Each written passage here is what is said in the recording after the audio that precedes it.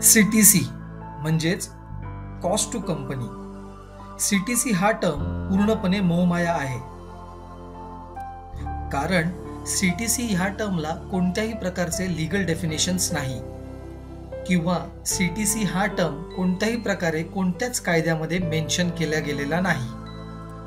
म्हणून कंपनी कामगारांना CTCचं मृगजळ दाखवून वेड्यात काढत असते.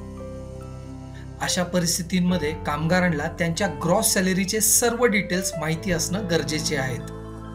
तसेच कामगारांनी त्यांचा wage rate, in hand salary या सगळ्या गोष्टींची माहिती घ्यायला नक्की पाहिजे.